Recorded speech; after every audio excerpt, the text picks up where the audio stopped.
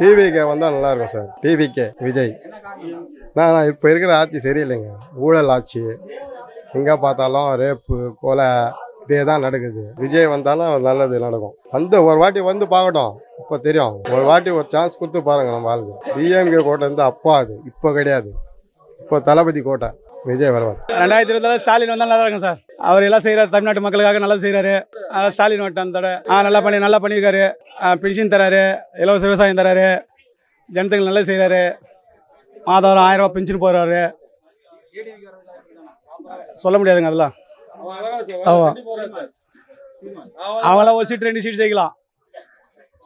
பக்கா திமுக தான், பக்கா திமுக தான். அதில் சொல்ல முடியாதுங்க. அது வந்து சூழ்நிலை சொல்ல முடியாது. வாய்ப்பு அதிகம், ஸ்டாலின் தான் அதிகம். ஆமாம், டிஎம்கே தான். வேலூர் டிஎம்கே தான். எல்லா ஊரும் டிஎம்கே தான். எல்லா ஊரும் பக்கா டிஎம்கே தான். ரெட்டில தான் வரணும்பா. அம்மா ஆட்சி வரணும். மீண்டும் அம்மா ஆட்சி. வெள்ளவாசி ரவுடி சிங்கெல்லாம் நிறைய ஆயிட்டாங்கப்போ. அதெல்லாம் ஒன்றும் இல்லை. பிஜேபி நிலவன் கட்டவும் கிடையாது. பிஜேபி நிலவன் தான் பா, கட்டவும் கிடையாது பா. பிஜேபி நிலவன் தான். சும்மா நடுவில் இருவாள் தான் புளியரி. அதிமுக வரணும், பிஜேபி மேலே வரணும். அப்போதான் அதான் வேணாம், அதெல்லாம் வேணாம்.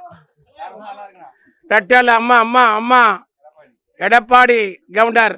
விஜய் வந்தால் நல்லா இருக்கு. டிவிக்கு புதுசாக வரவங்களுக்கு வாய்ப்பு கொடுப்போம்.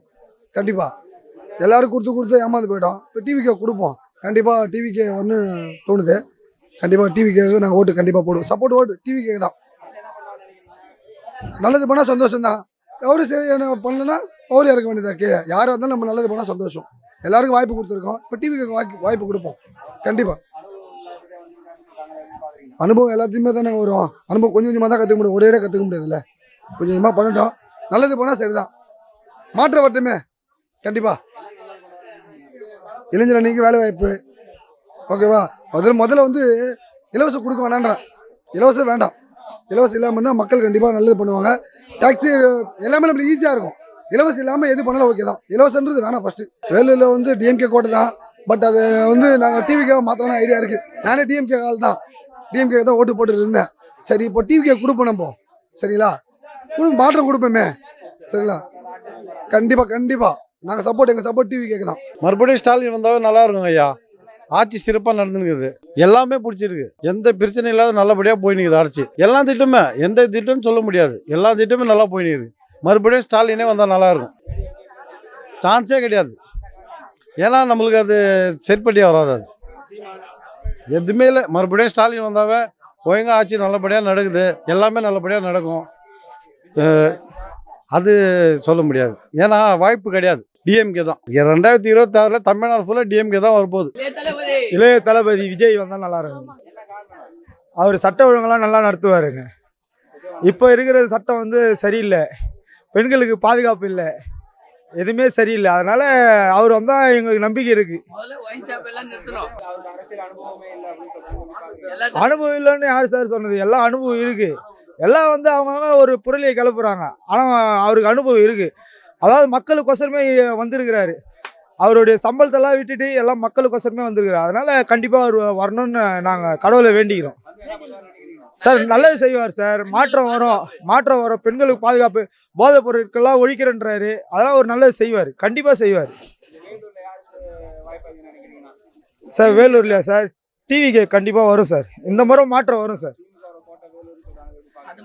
மாற்றம் அதான் சொல்லுங்க. மாற்றம் வரும், கண்டிப்பாக வரும்.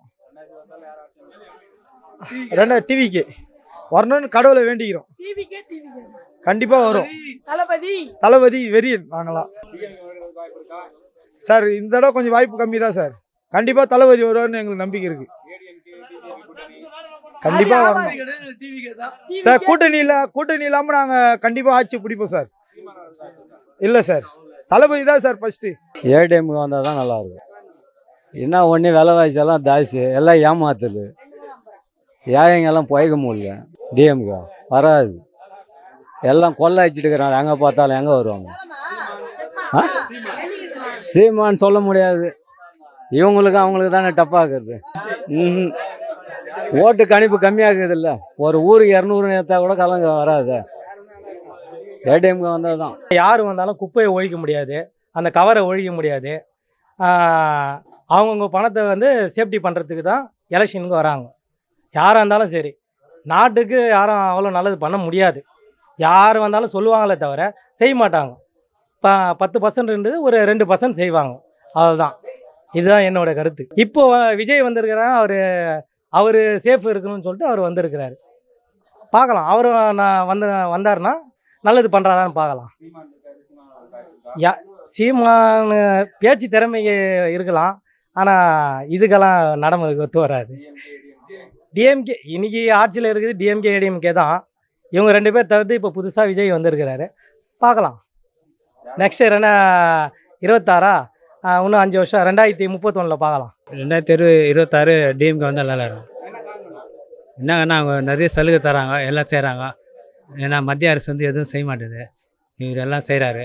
எல்லாம் மகளிர் உரிமை தொகை, கல்விக்கு இது, சிறுபான்மையினருக்கு தந்திக்கிறாங்க, எல்லாத்துக்கும் கொடுக்குறாங்க. முதியோர் இதுவும் தந்திக்கிறாங்க. அவங்க வந்து இப்போ தரேன்னு சொல்கிறாங்க, வரல நான் பண்ணுறதுனால இவங்களை வச்சு அவங்க சொல்கிறாங்க, அவ்வளோதான். இப்போ 5000 குத்திக்கிறாங்க, அதுக்கடுத்து 2000 தரேன்றாங்க. இன்னும் ஏற்றன்னு முதியோர்கள்லாம் ஏற்றன்னு சொல்லிக்கிறாங்க, எல்லாம் செய்கிறேன்னு சொல்லிக்கிறாங்க. அதனால் வர வாய்ப்பு இருக்குதாங்க. ஏடிஎம்கே அவ்வளோ ஒன்றும் இல்லை, அது எதுவும் இல்லை. ஏன்னா அவங்க வந்து தனித்தனியாக 3 அணி 4 அணி ஆகிறனால வர வாய்ப்பு இல்லை. பிஜேபி கூடனால அது கொஞ்சம் ஓட்டு இதாகும், வர வாய்ப்பு இல்லை. முஸ்லீம் சிறுபான்மையெல்லாம் டிஎம்கே சப்போர்ட் பண்ணுறாங்க, அதில் எந்த இதுவும் இது இல்லை. தனியாக சீமானு அவரும் போட்டிடுறாங்க. அங்கே வந்து அவ்வளோ புதுசாகிறாங்க. வேட்பாளர் வந்து சோனியா போட்டிடுறாங்க, வேலூர். அவங்களாம் அறிமுகம் இல்லை, வெளியூர் மறுத்தது. அதனால் யாரும் இல்லை. இவராது எல்லாம் பழைய ஆளே நிற்கிறாங்க. இப்போ ஏற்கனவே எம்எல்ஏ நிற்கிறார் தீர்வான், அதனால் வாய்ப்பு இருக்குது வரதுக்கு. விஜய் வரத்துக்கு கொஞ்சம் இது கஷ்டம் தான்.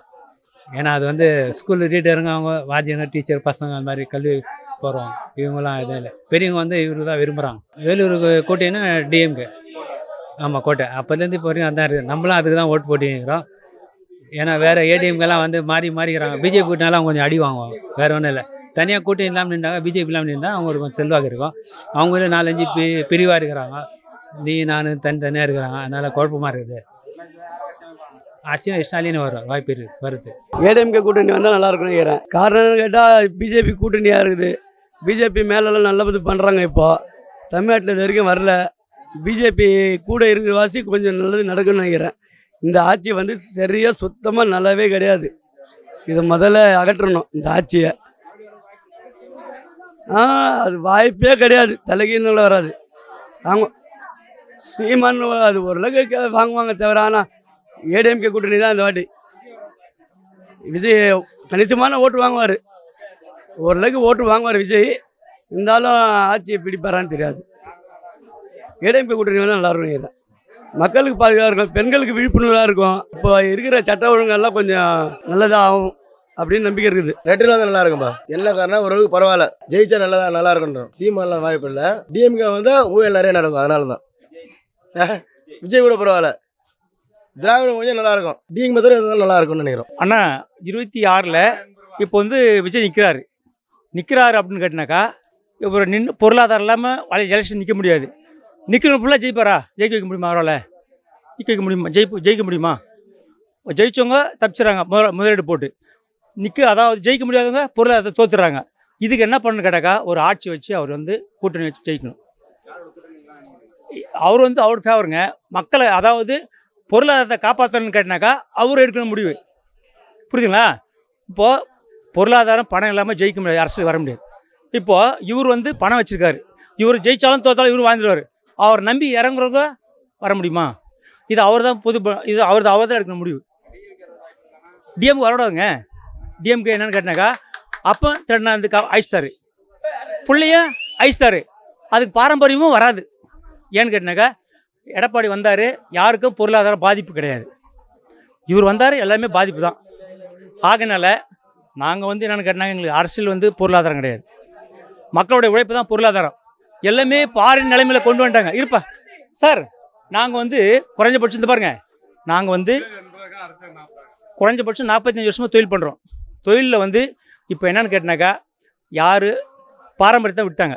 இதை வந்து ஜிஎஸ்டி இருந்தால் போதும், இல்லை பிஸ்னஸ் பண்ணி எனக்கு ஜிஎஸ்டி வேணும் அப்படின்னாக்கா யாருமே மிஞ்ச மாட்டாங்க. அப்படின்னு கேட்டினாக்கா யாருமே நிற்க மாட்டாங்க. கோட்டீஸ்வரன் இருக்க மாட்டான், குப்பை பொறுக்கி இருக்க மாட்டான். அப்படின்னு கேட்டினாக்கா இது மக்களுக்கு வெளிச்சமாக கொண்டு வர சொல்லுங்கள். சீமானை பற்றி பேசுறதுக்கு இல்லைங்க. இப்போ இருமுனை போட்டி யாருக்குன்னு கேட்டினாக்கா ஏடிஎம்கே தான். அதுக்கப்புறம் இப்போ இவர் ஃபீல்டு வர்றாரு, யார்? விஜய் வர்றாரு. விஜய் வந்து எடுக்கிற முடிவு என்னவா இருக்குன்னு கேட்டினாக்கா பொருளாதாரத்தை சீர்குலைக்கூடாது. பொருளாதாரம் சீர்குலைக்கூடாது. நீ குறைஞ்சபட்சம் வந்து சம்பாரிச்சு வச்சுருந்தா ஆட்சிக்கு வர முடியும், பணத்தை பிடிக்க முடியும், நம்பி செலவு பண்ணுவான். அப்போ அவன் அழிஞ்சிட்டான்னா ஒன்றுமே இல்லை, பணம் இல்லாமல் வாழ முடியாது. அதுக்கு வந்து விஜய் தான் வந்து முடிவு வைக்கணும். நாங்களாம் உழைக்கிறவங்க நல்லது தான் பேசுவோம். யாரும் எங்களுக்கு அரசியல் வந்து யாரும் செய்ய போகிறதில்ல. மக்கள் அடித்தட்டு மக்களை என்ன கொண்டு போக தான் போதும். ஐயா 2026 ஓட்டு என்ன போது தான் தெரியும் யார் வீட்டுக்கு போகிறா யார் வராங்கன்ட்டு. அது வரைக்கும் அப்படியே சர்ப்ரைஸாகவே இருக்கட்டும். நான் தான் இருக்கிறது ஓப்பனாக சொல்கிறேன்னே, வேலூர்னு கிடையாது, எந்த மாவட்டம் எடுத்துக்கினாலும் ஓட்டு எண்ணிக்கை முடிஞ்ச பிறகு ஒரு 3 மணிக்கு தெரிஞ்சிடும் யார் வீட்டுக்கு போகிறா யார் வராங்கன்ட்டு. அது அப்படியே சர்ப்ரைஸாக இருக்கட்டுமே.